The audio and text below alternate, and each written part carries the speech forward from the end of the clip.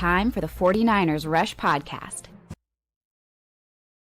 You know, there are times that sports just transcends culture, and like the reason why people fall in love is this Cinderella story, this, come from insurmountable odds and achieve greatness. And the number one riser on the entire 2025 49ers roster countdown, up 50 spots from last year, Sam Okuayinonu. We're going to call him Sam O because I don't want to butcher his name any more than I already have. I've practiced and listened to videos, and Sam O. Dude was 82nd last year on the countdown, coming over not even as an undrafted free agent for the 49ers, but the Titans.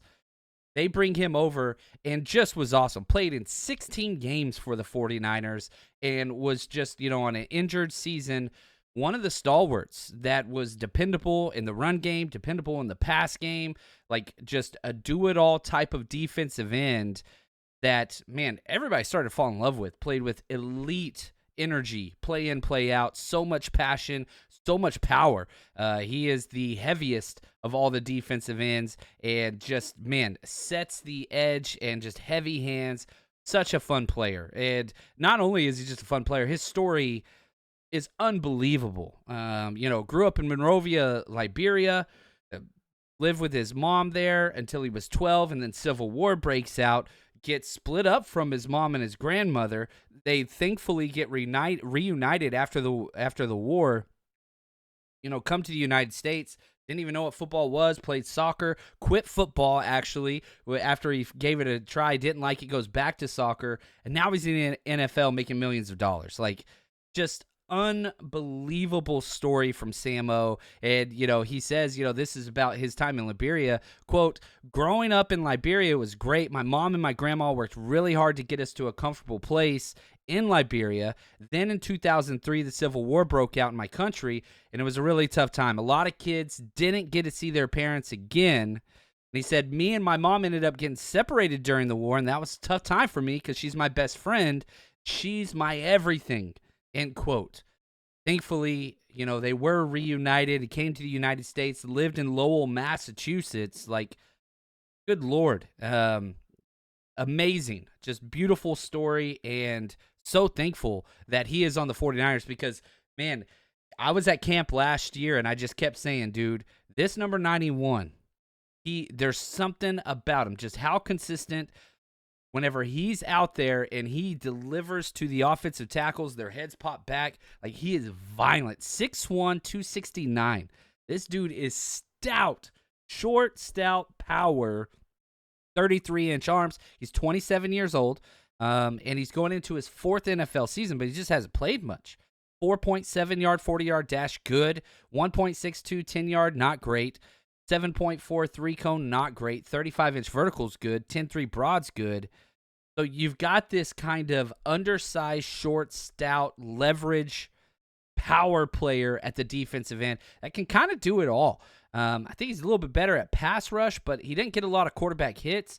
He walks back. That bull rush, though, it's a consistent shrinking the pocket. Like, he's not the type of guy to do like swim moves or spin moves or juke his guy out. No, he goes through the chest of the offensive tackle every single play and just wears them down. Like, he is just a heavyweight, lean-on type of, hitter with that right-hand hook. Like, he just constantly berating these offensive linemen. And you can tell they hate playing against him because he is just so violent all the time. Now, moved to the United. Let's get back to his background. Moved to the United States when he was 12 years old to Lowell, Massachusetts, and gets introduced to football from his cousin, a huge soccer player, right, coming from Liberia. And this is Sam's quote on when he started playing football. Quote, I actually quite hated football when I first started playing. I tried it out during my junior year of high school, but I didn't like it, so I ended up quitting 3 to 4 games of the season and went back to play soccer, end quote. Thankfully, that is not where the story ends. He goes to, JUCO, Masabi Range Community College. It makes it on the team there and just absolutely dominates and becomes one of the most, he was the 6th highest rated JUCO player, and transfers to Maryland and 3rd team All Big Ten.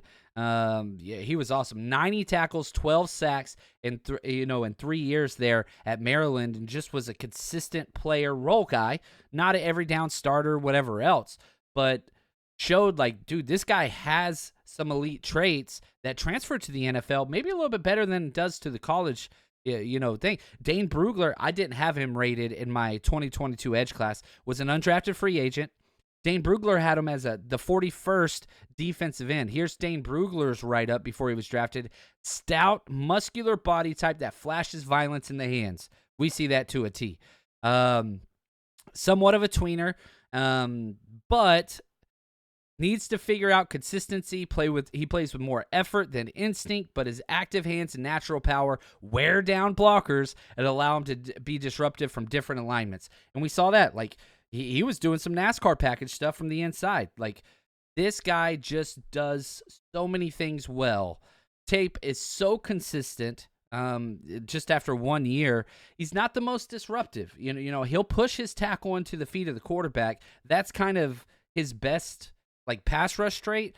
And then from, a run game standpoint, he's always setting the edge. Not a lot of tackle for losses or really tackles in general. He sets that edge with great leverage and great power and turns the run inside consistently, which, let's be honest, that was a major problem last year. You had the worst defensive tackle unit in the NFL, I would argue, and so you would have him turn it inside, but then Jordan Elliott's facing the wrong way 5 yards, deep, looking at a linebacker, or, somebody's pancaked or whatever else. So now that you've added guys at the defensive tackle position that can stop the run, the team defense concept, I think, can work out pretty well. This is a Ran Carthon guy. Shout out to Ran Carthon, who's now retired. And if you want to look up some cool stuff and like get really pumped up about Samo, go to YouTube and type in Titans Music City Football Talks, and they go through his whole journey. It is incredible. Just give you chill bumps. Give me chill bumps thinking about it. So go check that out. Now, outplayed his contract last year. The 49ers bring him back on a 1-year, $1 million deal, no guarantees. And so you're looking at this guy like, man, another cheap deal. He's got $1.4 million career earnings in 3 seasons going into his 4th year. Like, he hasn't made anything, but this is a guy that will be a prominent mainstay in the 49ers rotation. Just because, man, the consistency that he brings, the versatility, can play the run and the pass. Not great at anything, but not bad at anything either. All energy, effort player, never gives up. Salah's going to love this dude. And again, just he can do so much. That's the thing that excites me. Last year, he had 35 tackles, 6 tackle for losses, 3 sacks, 7 quarterback hits, 1 forced fumble, 1 pass breakup, 3 starts, 16 games. This dude started 3 games for the Niners last year. He shouldn't be starting. He should be the Bravo, strong side defensive end. That is the role he should play. Did miss, missed the second part of a game with an ankle injury, but that's about it. So you look at his career, 3 starts all took place last year. Played in 22 games. Most of that took place last year. And had the 4th most pressures for the 49ers. He had 489 snaps, 3rd most defensive end snaps he outsnapped Yetur Gross-Matos, who's making 10 times what he's making, and he outsnapped Robert Beal, who was drafted in the 5th round. So talk about, a meritocracy and going in and earning your job. I am sure Yetur Gross-Matos will be placed ahead of him, and probably rightfully so. The pass rushing prowess that he brings is a little bit different, but I'm not writing off Samo, and he comes in 32, the highest riser on our entire count. Now, 50 spots. 32 might be a little steep for him, but I am so thankful to be able to watch this guy play again in the red and gold, and I just hope he stays healthy and just carves out a role and is just one of those guys that's with the Niners for the next 4 to 5 years, because he is so freaking fun and one of those guys that just embody what it means to be a 49er.